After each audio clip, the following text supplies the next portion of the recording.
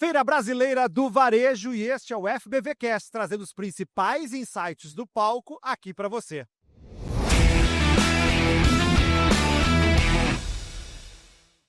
E eu estou agora com uma das sensações da FBV, que acabou de sair do palco, Jasper Road. Seja muito bem-vindo ao FBVcast. Qual o principal insight que tu traz do palco aqui para dividir com a nossa galera? Bom, a mensagem hoje é que a inteligência artificial pode ajudar a criar empatia com o cliente. Então, quer dizer, sair um pouco desse papel normal que a gente dá para, desde a máquina de busca, agora muita gente utiliza a inteligência artificial para fazer perguntas, mas agora partia para diálogo e, inclusive, fazendo com que a inteligência artificial entenda muito melhor sobre o nosso contexto e, dessa maneira, consegue criar uma conversa empática, desde que ela não seja exagerada, não? Não adianta a gente tentar atribuir à inteligência artificial o sentimento que não tem. Então, assim, é um equilíbrio, mas quando é bem feito, tem resultados excelentes. Então, ela vem evoluindo muito bem nos últimos tempos, né? Há 2 anos atrás, na XSW, o diretor da OpenAI falou que ela alucinava muito. Hoje ela está alucinando menos e está sendo mais empática, é isso?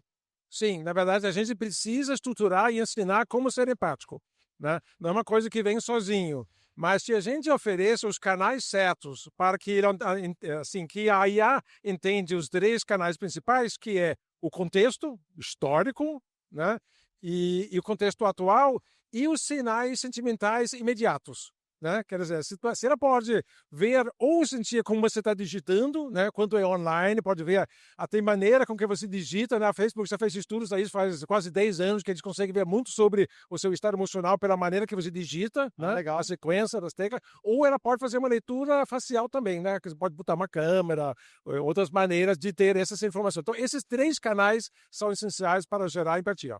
E aí, volto aqui para te provocar numa pergunta que a gente ouve muito das pessoas, mas qual é a IA que eu devo usar? Porque toda semana vem uma IA nova, agora é o Claude, aí volta o GPT, aí vai para o Gemini. O que tu recomenda para a pessoa que realmente criar essa conexão de ter um histórico melhor e umas respostas melhores da IA? É manter uma ou é ir testando todas? Não, eu acho que não tem uma que sai melhor que os outros. Na verdade, eu acho que o resultado depende muito mais dos dados e os canais de informações que você oferece a ela e a maneira com que você estrutura isso. Então, quer dizer, primeiro você tem que ter um plano, não é só aplicar por aplicar. Tem que ter um porquê. Você tem que ter um ganho, você tem que ter alguma coisa que você quer alcançar com isso. Segundo, você tem que entender quais são os dados que você precisa oferecer. Terceiro, você tem que ver quais são os dados que você de fato tem. Se você já não tem isso organizado, tem que organizar isso. Aí chega a 4 nível, que é começar a integrar isso e começar a experimentar. O legal do IA é que aprende. Se você programa ele bem, ele vai aprendendo com você e vai podendo fazendo as ações corretivas e aos poucos vai melhorando. Então, isso é muito melhor do que escolher de uma marca, de outro. É a maneira com que você implementa. E como é que eu posso utilizar isso hoje para a questão de negócios? A IA ela veio para realmente otimizar o meu negócio. Fala-se muito de ganhar tempo para viver mais. Você também acredita muito nisso? Eu acredito.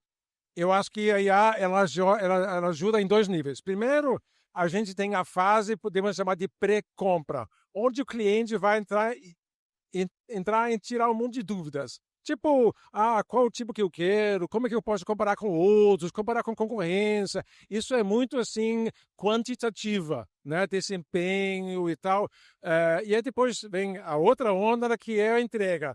Quando que eu posso receber? Quando que eu vou ter que pagar para receber e tudo mais. Então, tirando essas dúvidas todas aí entra essa próxima fase, que é a fase de fato, ter um diálogo, onde a IA precisa ter esse conhecimento contextual que eu comentei antes. É legal. E a gente vê também uma questão de que antigamente existiam ferramentas como Chatbot, que eram programas, né, respostas pré-prontas, e agora já tem o Chat Commerce. Como é que tu vê hoje essa questão da IA, ela realmente entendendo os negócios dentro do guardrail que a empresa tem, para realmente otimizar o atendimento? Não talvez tirar o vendedor, mas otimizar para melhorar esse processo. Então, acho que esse é justamente o ponto essencial que você trouxe aqui. Não é para eliminar o vendedor, mas é poder reservar o vendedor para aquilo que de fato agrega valor, que é conversa entre gente.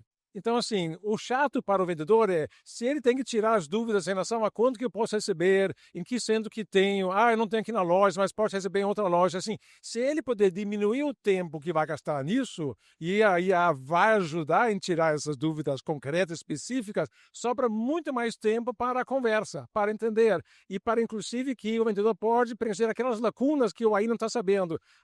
Você está sentando com um cliente na frente, eu estou vendo os sinais, eu estou conversando, estou vendo assim, tudo aquilo que no físico a gente consegue captar como sinais que o computador e o IA não consegue. A gente vai reservar o tempo para isso e dessa maneira fica mais eficiente e fica mais parceroso para o cliente também. Então, assim, uma ganha-ganha nesse sentido. Maravilha. Eu tenho 2 perguntas polêmicas, obviamente, que eu preciso fazer para ti. E a primeira é, em relação a dados, quando eu estou trabalhando com a IA, eu sei que a Europa já está se preparando para a questão toda desse contexto. O Brasil ainda está um pouco nessa dúvida. Tu recomenda que a pessoa que vai trabalhar, por exemplo, os dados, né, sensíveis de empresa, dados pessoais e tudo mais, porque tem pessoas que colocam, inclusive, exames médicos para ver, né, o que está acontecendo lá dentro. Como é que tu dá a dica da pessoa usar os dados mais sensíveis dentro da IA? Tá, isso é bem interessante. Primeiro, acho que a gente tem que trazer a transparência. A gente nunca pode esconder, te dizer que eu estou usando essas informações e a gente não dizer isso. Temos que compartilhar, primeiro. Né? Segundo, a gente tem que entender que, ao mesmo tempo que as pessoas eles tentam manter a sua privacidade, eles preferem ter relações com comércio físico e eletrônico que já antecipa as suas necessidades. Né? Interessante. 71% das pessoas hoje tendem a proteger seus dados de alguma maneira. Uhum. Mas 69% dessas pessoas dizem que eles preferem ter uma relação baseada no conhecimento melhor sobre a sua personalidade. Legal. Que assim, de cara, meio contraditório. Por que as pessoas tentam bater isso? Mas isso por quê? Eles dizem, ok, para aquilo que é relevante, eu aceito, mas de maneira geral, eu recuso. Isso se traduz, eu quero ter controle sobre quem utiliza meus dados. Os meus dados me pertencem, eu quero ter direito e transparência de dizer sim ou não para onde ou com quem que eu quero compartilhar esses dados. Não, legal. E antes da pergunta final, para poder ser provocativo contigo, hoje as empresas, tu falaste uma coisa importante, as pessoas estão começando a usar a IA como também um buscador, né? Deixando o Google talvez de lado, buscando na IA, por essa relação de empatia que está acontecendo. Como é que hoje as empresas podem se tornar relevantes para a IA achar elas? Olha, primeiro, a IA cada vez mais está sendo, vamos dizer, um agente em tempo real.